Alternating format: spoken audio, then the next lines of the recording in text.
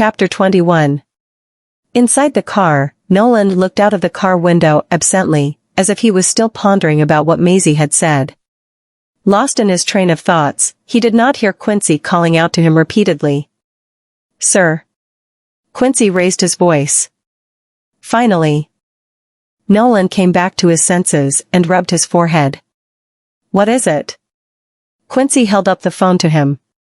"You have a call from your father, Mr. Goldman." Nolan took the phone from his hands and answered, "Dad." On the other side of the line, at the Goldman family estate. "You little rascal, did you go and knock someone's daughter up?" Nolan's father sat in his backyard sipping scotch. The photo displayed on his tablet showed two kids with an uncanny resemblance to his own son. Nolan paused and furrowed his brows. "Not that I know of." "Are you sure?"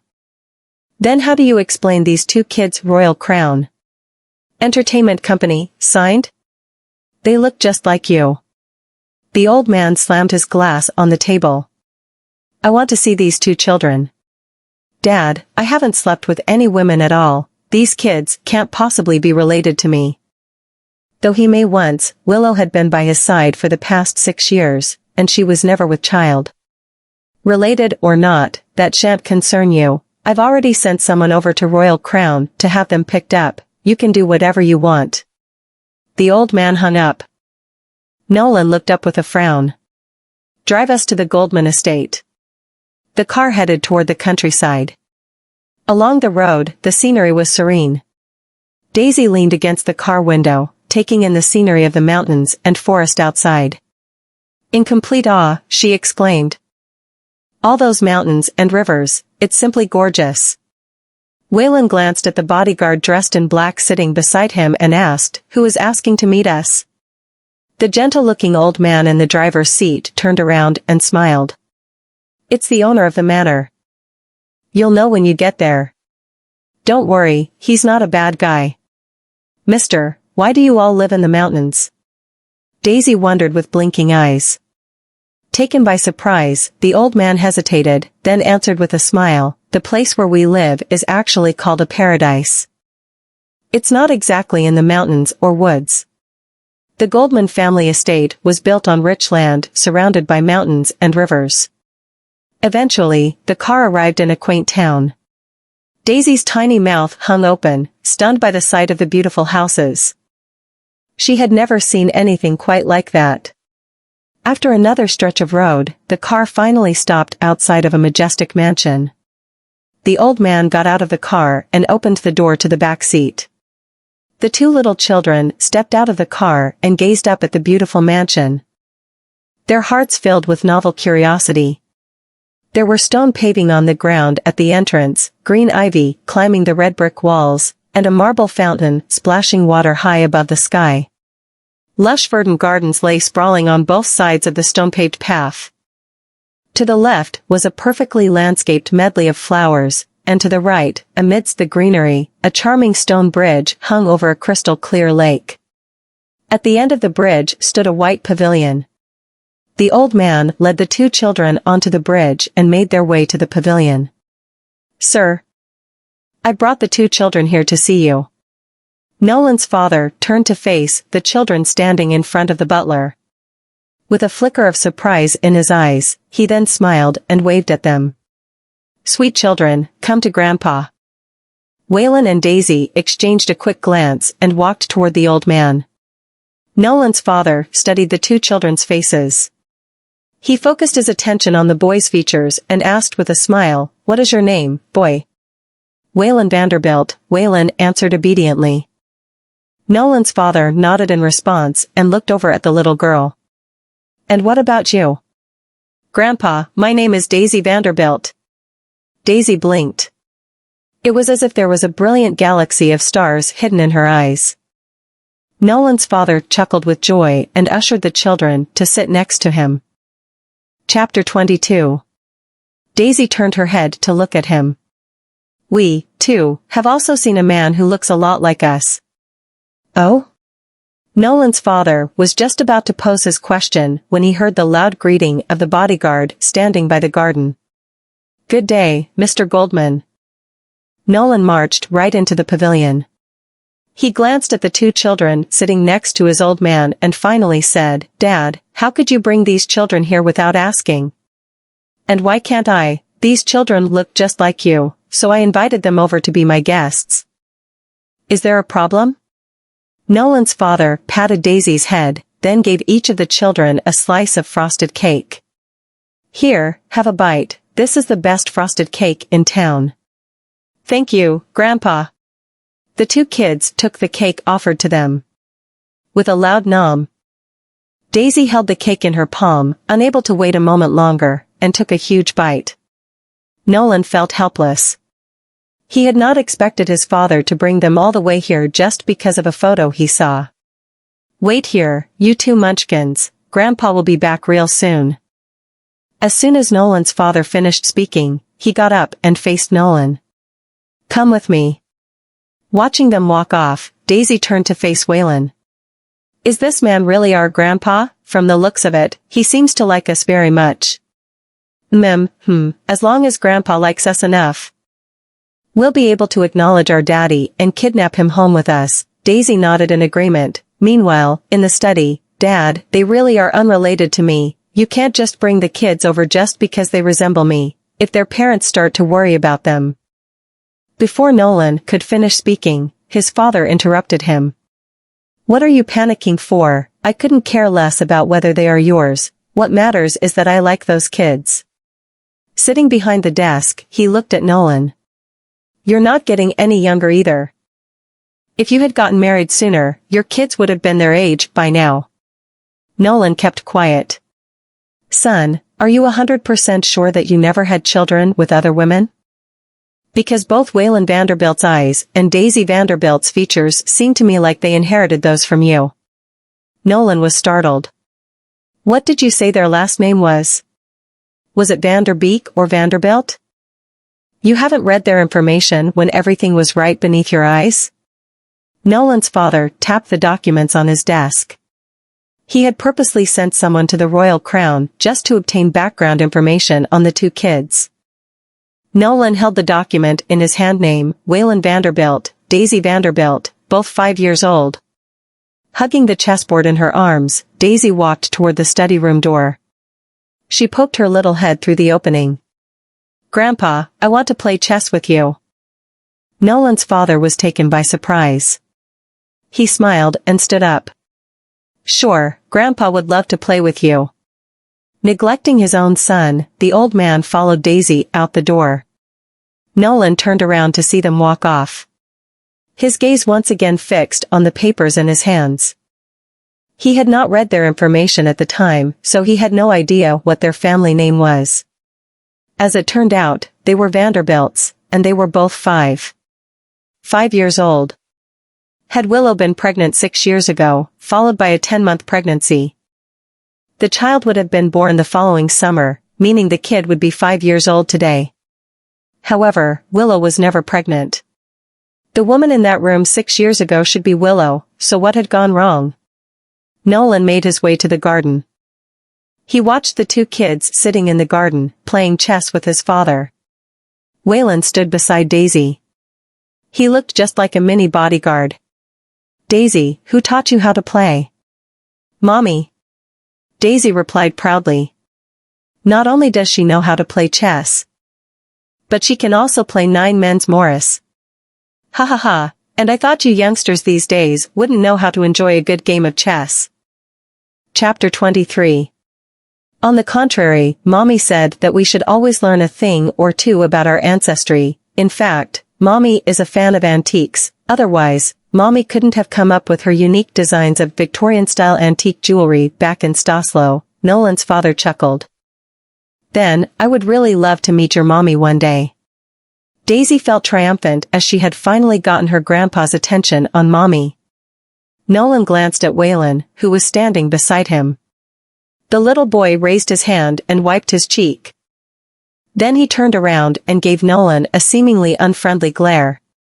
Unexpectedly, the boy's glare reminded Nolan of someone else. "The last time I saw you, you had a mole on the corner of your eye." Waylon rubbed the corner of his eye and said defensively, "I drew that on." Grandpa. You lost. Daisy giggled happily. Little did she know, the old man had let her win. Seeing the little girl laugh so gleefully, he somehow found himself laughing along with her. Perhaps he was getting old and starting to like the idea of spending time with a granddaughter. It was getting late, so Nolan sent Waylon and Daisy back to Seaview Villa.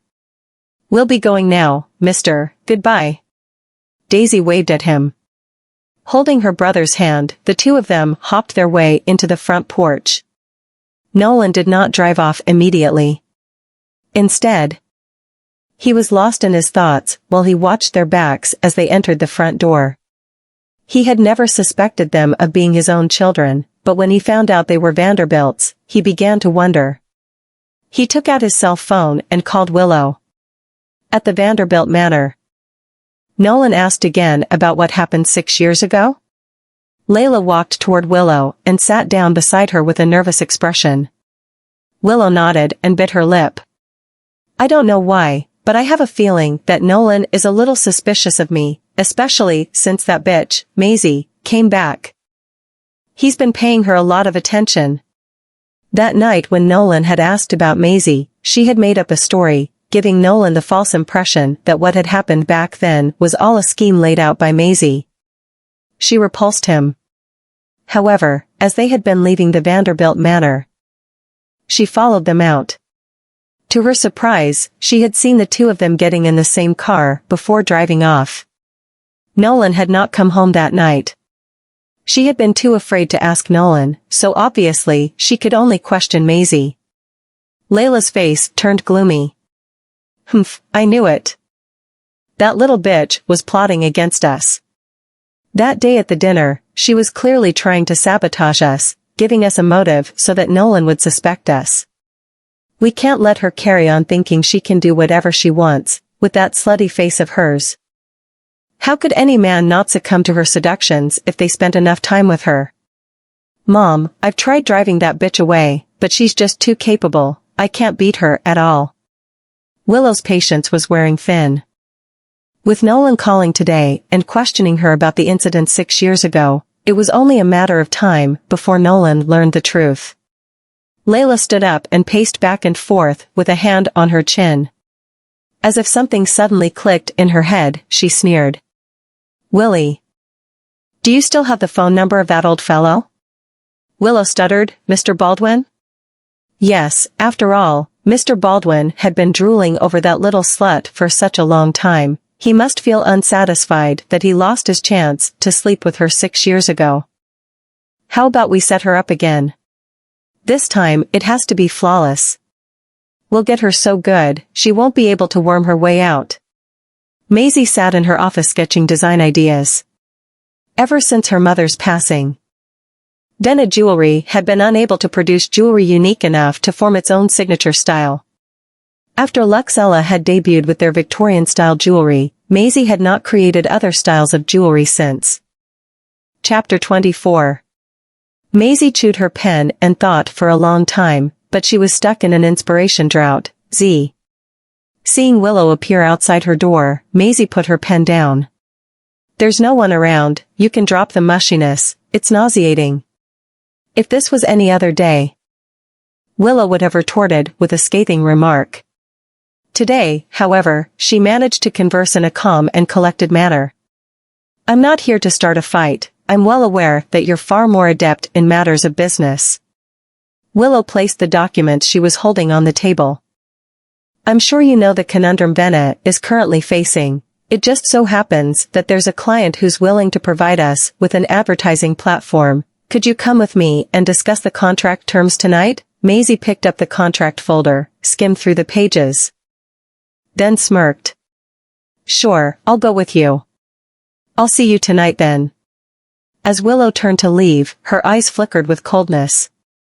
Maisie picked up the folder to have a closer at the contract. Her brows arched slightly. She wanted to see the type of clientele Willow had picked out. At the headquarters of Black Gold Group, Nolan stood in front of the floor-to-ceiling windows, staring out at the downtown view. He turned the black ring on this index finger. Through the reflection of the windows, he saw Quincy appear. Mr. Goldman. I've had someone in Staslo run a background check. For some reason, there wasn't much information we could find about Miss Maisie Vanderbilt. It's as if someone had deliberately kept it hidden. Nolan turned sideways and glanced at him. Are you saying someone put a data lock on her profile? Quincy nodded. That's precisely so. Almost no one knew the fact that Zora, a renowned jewelry designer in Staslo, is actually Maisie Vanderbilt. Only a select few who work in Luxella have seen her. After looking at photos of Maisie, they confirmed that she is indeed Zora. But, you asked me to check if she had given birth in Staslo. I was unable to confirm that, even after going through all the hospitals in the country. Quincy had gone through hell. A hacker must have had her private data locked away, or he would have been able to dig up more dirt. Nolan said nothing more. Not only were they unable to identify the mother of those two kids, but they also hardly found much regarding Maisie Vanderbilt or any details about her life for that matter. Still, those two children carried the Vanderbilt name, and the only Vanderbilt he had slept with was Willow Vanderbilt, Mr. Goldman. You seem rather concerned about Miss Maisie Vanderbilt. Quincy could not help but speak his mind. Nolan looked up and glanced straight at him. Are you feeling idle these days? Quincy shook his head with guilty puppy dog eyes, begging for mercy. And no, not at all, in fact. I'm really busy. I am still working on my performance, sir. If you'll excuse me. He did not want to end up like his brother, Hans Lawson, who had been sent to the North Pole to count stars. Later that night, at a karaoke bar, Maisie followed Willow into a private suite. When Mr. Baldwin saw that Willow had brought a special guest, he stood up. Look who it is, you're finally here. Mr. Baldwin, I brought my little sister with me to discuss our contract. There was heavy traffic on our way over. Hope we didn't keep you waiting too long. Willow took the initiative and sat next to the man. Mr. Baldwin's eyes were glued to Maisie's body. It had only been 6 years, yet Maisie Vanderbilt had become even more stunning than before. That hourglass figure, that face. Everything about her was absolutely perfect. The insatiable hunger to devour this sultry goddess began to grow in him. Willow could not help but feel irritated when she saw Mr. Baldwin ogle all over Maisie. His eyes were almost bulging out of his head. Maisie was undoubtedly a man-eating succubus. Nice to meet you, Miss Vanderbilt. I'm Sergio Baldwin. I know your father. I believe we've met before. Mr. Baldwin stretched out his hand to greet her. Oh, nice to meet you too. Maisie's response was cold but polite. 1. After they shook hands, Sergio was reluctant to let go. Maisie furrowed her brows and pulled her hand out from his grasp. She walked to the side and sat down. I was told that you're interested in sponsoring Venna Jewelry on an advertising platform? Chapter 25. Sergio smiled and nodded. That is correct. Knowing that Miss Vanderbilt had returned to Venna Jewelry, I was hoping for a chance to collaborate with you, specifically. Willow sneered mockingly. Sergio Baldwin was 49 years old and turning 50. The son he had with his ex-wife had only just turned 18. Rumor had it that he never learned to keep it in his pants and had one too many women on the side. Eventually, his ex-wife had snapped and asked for a divorce. Sergio had met Maisie during Stephen's birthday banquet a few years back, and since then, he could not get her off of his mind. He would even ask Willow about her every now and then. Because of that, Willow had Maisie drugged the last time just to give Mr. Baldwin a chance to bag her. It was a pity he had let that opportunity slide. Because of me? Maisie chortled. Mr. Baldwin, hearing you say that flatters me. Mr. Baldwin admires your talent, explained Willow while she poured Mr. Baldwin a glass of wine and handed it to him. Mr. Baldwin. For your generosity of providing Venna an advertising platform and investing in the company, as the director of Venna, I would like to give a toast to you. Well, when you put it like that, cheers. Mr. Baldwin was feeling festive. He chugged down the entire glass of wine in one breath. Willow looked at Maisie. "Z, I know you don't drink, so I ordered a juice for you instead." Holding up the 2 glasses of juice, she handed the one on her right to Maisie.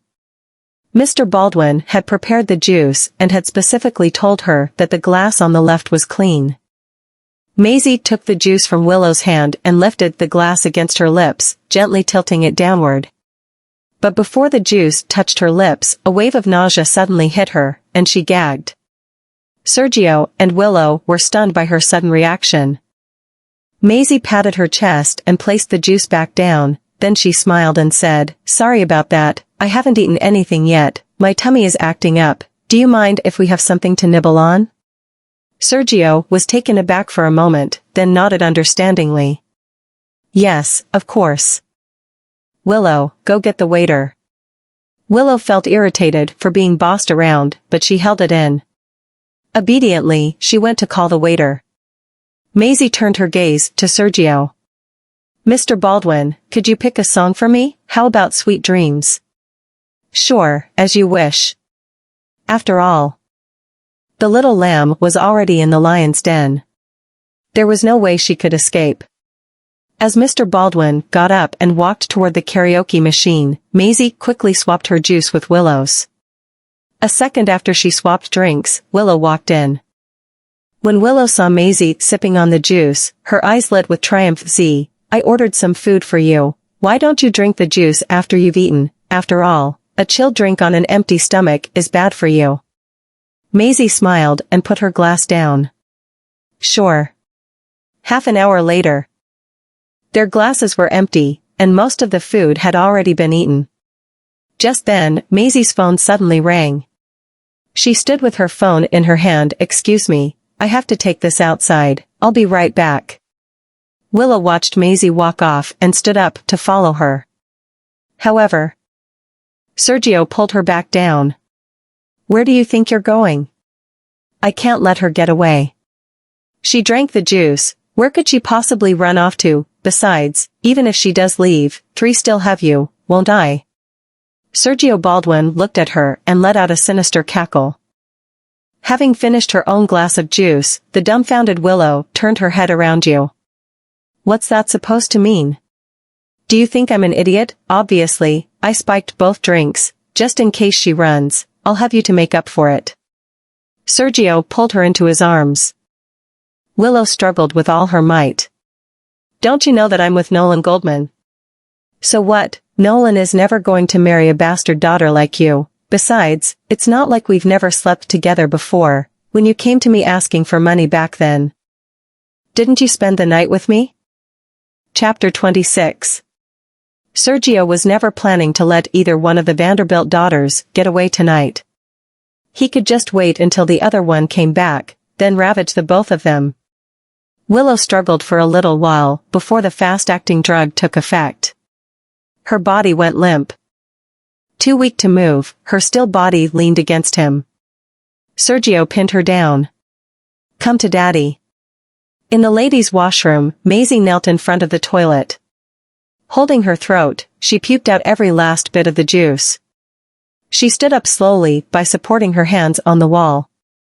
Damn it. Both of the juices were spiked. Not only was Sergio out to get her, but he was also targeting Willow. Huh. Willow had wanted to set her up. But no way in hell was Maisie going to just sit there and be played. Willow could have a taste of her own medicine, all by herself. Maisie washed her face. Feeling slightly sober, she got out of that hellhole as fast as she could. Standing by the road, Maisie tried to hail a cab, but all the passing cabs were already occupied. Her head was starting to feel dizzy. She gave up and lowered her body to her knees. Quincy drove by and saw the woman crouching by the street with one hand waving. She looked familiar. He took a closer look and was shocked. "Isn't that Miss Maisie Vanderbilt?" Nolan looked over, his eyes dimmed. "Stop the car." Quincy parked the car by the road. Nolan stepped and strode toward Maisie. Did this woman have too much to drink? Hearing someone call out her name, Maisie instantly lifted her head up and stared blankly into his eyes. Perhaps it was, because of her flushed cheeks, that the state of her drunken stupor somehow seemed incredibly seductive. Nolan swallowed a nervous gulp and pulled her up from the ground. "What are you doing on the ground? Don't you know how dangerous it is out here?" Any man would take advantage of a drunken girl crouching at the side of the road, let alone someone like her. Maisie shook her head with all her might and shrugged off his helping hand. "Get away from me, just leave me alone." She turned to leave, but Nolan pulled her back. Maisie lost her balance and fell into his embrace. Gazing down at the woman in his arms, her skin so soft against his, Nolan felt his body stiffening. Even when Willow had hugged him the other night, it was nothing as intense as what he was feeling now. He was about to lose his mind. Nolan lifted her back to her feet in one fell swoop, placing both hands on his shoulders. "Miss Vanderbilt, you think that just because you—" Upon seeing the blood trickling from Maisie's chewed-up fingers, Nolan's brows scrunched up. Holding her hands down, he growled. "Have you gone mad? Take me to the hospital, please." Maisie spoke in a gentle and soft voice. Unlike her usual arrogant demeanor, she was sincerely begging for help. It finally dawned on him that something was really wrong with her, so Nolan quickly took her to his car. Hospital. Now. Quincy had no idea what was happening, but he quietly obeyed. At the hospital, Maisie was lying in the bed of a private ward. After the nurse gave her N4 drip, she turned to look at the two men. Maybe it was because Quincy was standing closer to Maisie that the nurse questioned him, "Are you the boyfriend?" "Huh?" Not knowing what to say, Quincy gaped at Nolan. The nurse looked down at the examination report and said, "How could you make your girlfriend take such analeptics? Things like these require mutual consent. I get that you might want to spice up your love life, but these drugs are harmful to the body. My advice, stay away." "No, wait, Quincy's face blushed red like a tomato. He had never even been defiled. The nurse's judging tone made him feel impure. The nurse ignored his attempt to clarify himself and walked off. Looking humiliated, he turned his head around. "Mr. Goldman, wait outside." Nolan sent him away. Quincy kept his mouth shut. "Oh, come on," he left the room immediately. Nolan gazed down at the unconscious woman for a long while. He never had the chance to properly look at her face before this. Each time they met, she would always have her teeth bared, claws out, ready to pounce. Chapter 27. Nolan never knew this woman could look so serene and gentle asleep. He glanced at the bite marks on her fingers. Was it because she was drugged and had to resort to such methods just to keep herself awake? How did someone as sharp-witted as her end up being preyed on? If he had not run into her tonight, or worse still, if she had not escaped, then she would have. Maisie's brows suddenly scrunched up, and her lashes trembled. It seemed like she was having a nightmare. No.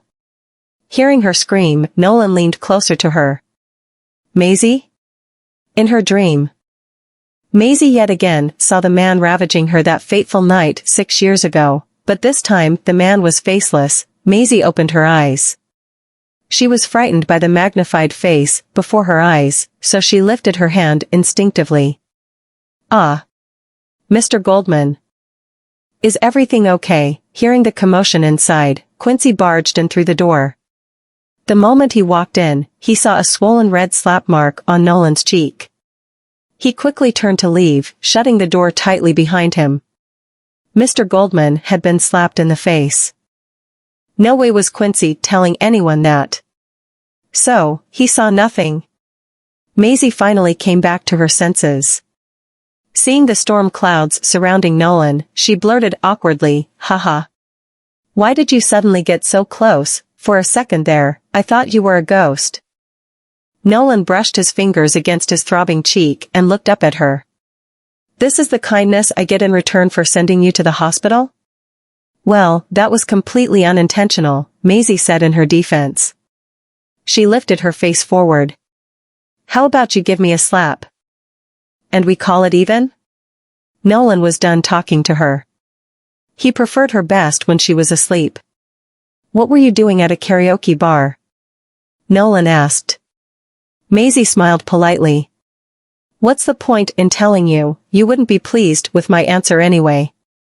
She turned away and laid back down. She waved him away. I'll just rest here for a while more. You, kind sir, may leave now. Nolan seriously wanted to strangle this ungrateful woman. He had sent her to the hospital, yet now that she was well and about, she immediately pushed him away. Nolan walked out of the ward. Quincy, who was patiently waiting outside the door, continued pretending not to see the swollen red mark on his face. Mr. Goldman, shall we head back? You stay back, send her home once she wakes up. Quincy was too lost for words to utter a response. Clutching her waist, the disheveled Willow stumbled out of the karaoke bar entrance, furiously cursing through gritted teeth, Maisie, you cursed bitch, if it weren't for you. If Maisie had not escaped, she would not have fallen into the groping hands of Sergio Baldwin. No way in hell was she going to let Maisie get away with it. When Maisie finally woke up again, it was already 10 at night. Carrying her cell phone in one hand, she walked out of the ward. To her surprise, Quincy was sitting upright on the corridor bench. What are you still doing here? Isn't that Nolan's personal assistant? Maisie wondered. Quincy got up slowly and said reluctantly, Mr. Goldman wanted me to give you a ride home. I know, that's so sweet of him, I'm so touched. I could cry, was what he imagined her response would be. After all, Mr. Goldman hardly ever cared about the women he met. Oh, I see. Well, let's go then. Maisie waved her hand, signaling for him to come, no sign of overwhelming gratitude. Instead, she acted as if this was all well-deserved and treated Quincy like he was a free Uber ride. Quincy let out a sigh. Just another ordinary day in his pitiful life. Quincy drove Maisie to the address she had given him. After Maisie got off, she dug through her purse and placed on the passenger seat. For the ride, drive safe. Quincy picked up the crumpled dollar bills, so deformed there were little tears from the folds. His heart screamed in frustration. Is barely enough for gas. And this is a luxury car, no. Wait. What do I care? I'm not an Uber driver. Hold up, this neighborhood she lives in, Quincy was confused.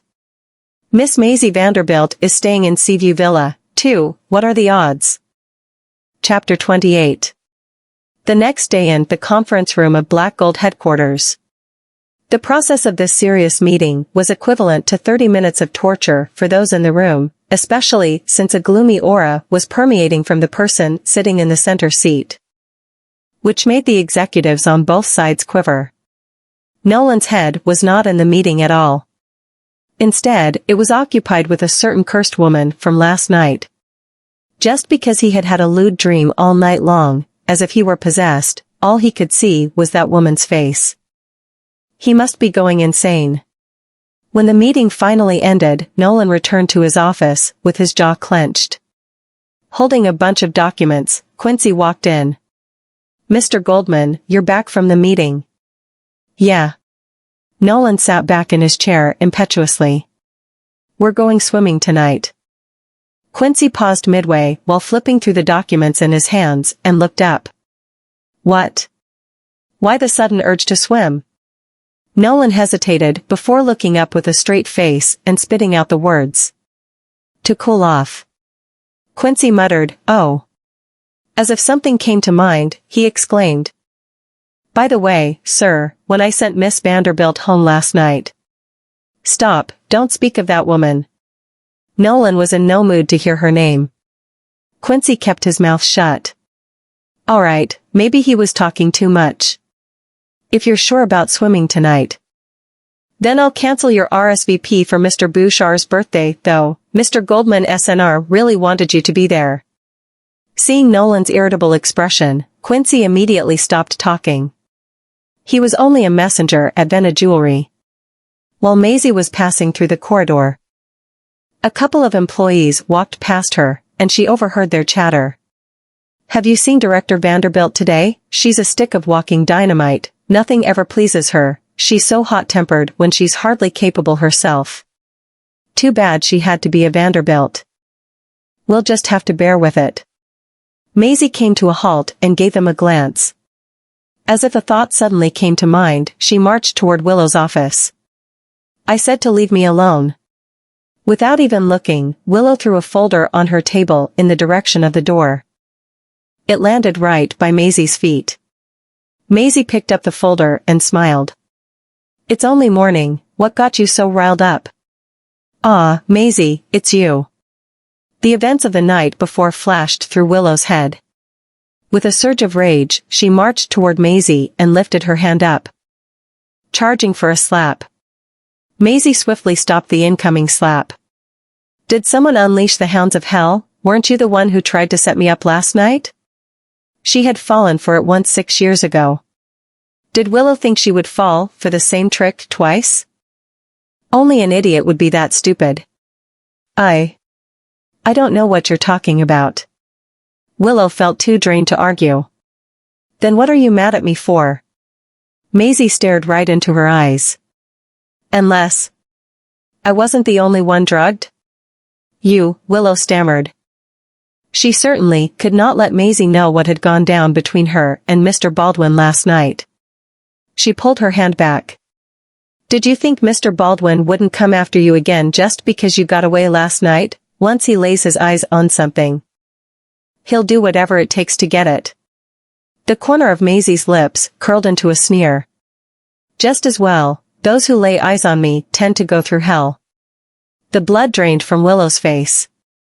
Why was this bitch so difficult to deal with? Ah, right. I'm rehiring an old staff member. Could you sign off on this? Maisie held out the papers in front of her face. Without even looking, Willow replied, over my dead body. Oh, never mind then, I guess I'll just ask Nolan. As Maisie was about to put the papers away, Willow snatched them from her hand and signed immediately, not even bothering to read the document. Right then, she looked just like Maisie when she had been threatened to sign the other day. Chapter 29. Maisie walked out and shut the door to Willow's office. Looking at the document Willow had signed, Maisie smirked. Dealing with simpletons was so mundane. Just then, a call from Riley came through. Maze walked toward the stairs before she picked up the call. Z.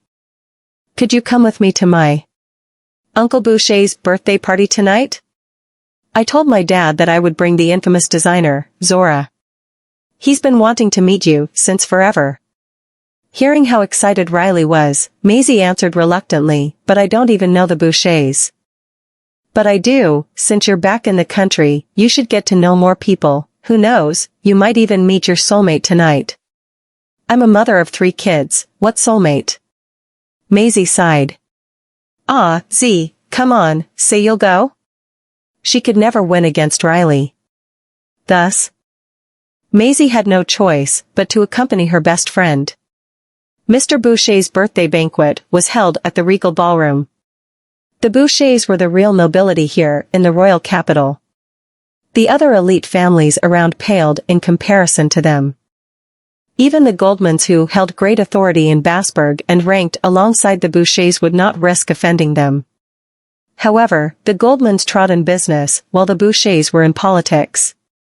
There was generally no conflict of interest between the two.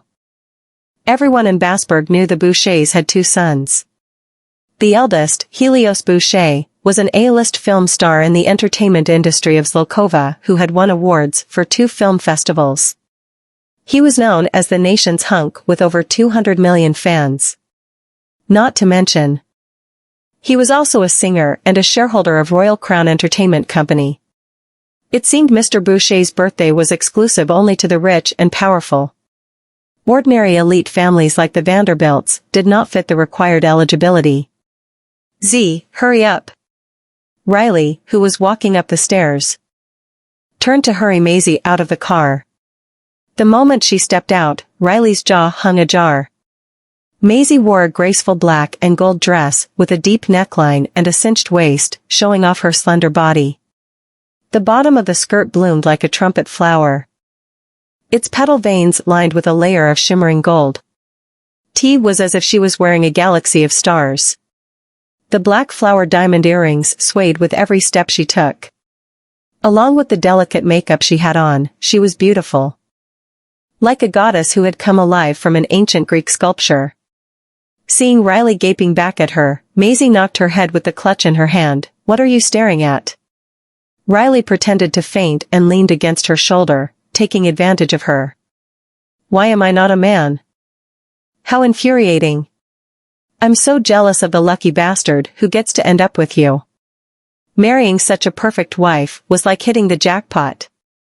Maisie put her arms around Riley and said jokingly, "If you really want to be a man, all you have to do is undergo surgery. Your father might even be happy when he realizes he has another son." Riley pursed her lips. Linking her arm through Maisie's, they entered the venue together. Naturally, Maisie's appearance attracted the eyes of many men around her, who either looked amazed or were in complete awe. Standing among the crowd, she became a bright iridescent ray of light impossible to be lost in the shadows. Riley smirked. "I'll say, bringing you with me really does light up the scene." Maisie's beauty outshone Willow by a million miles. "Looks to me. These people here are no ordinary Joes?" Maisie could tell, judging from their gestures and the grandeur of this banquet.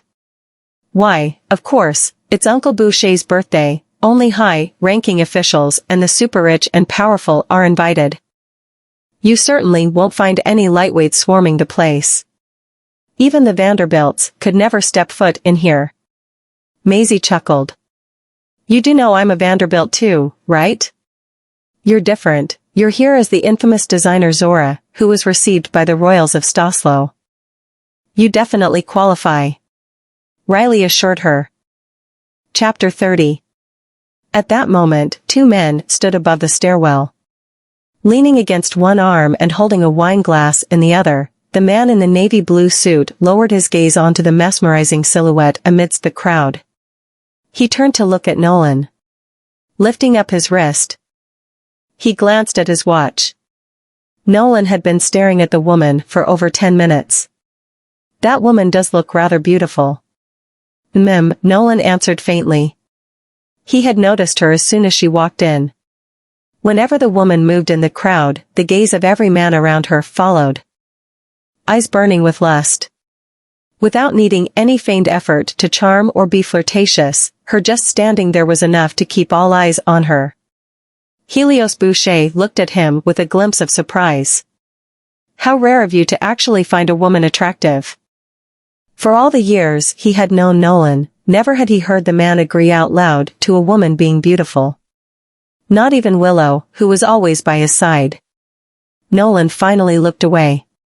He finished the glass of wine in his hand and placed it down. Then, he turned around and strode down the stairs. The corner of Helios' lips curled into a smirk as he looked at those gorgeous, dewy eyes. Maisie was laughing and chatting merrily away, a woman so perfectly breathtaking with a smile so alluring. No wonder Nolan could not stand still. "Dad. This is the infamous Miss Zora, whom I met in Staslo." After being introduced by his daughter, Russell Hill smiled and raised his glass. "So you're the jewelry designer, Zora. My daughters told me so much about you. Seeing you in person, I have to say, you are indeed astounding."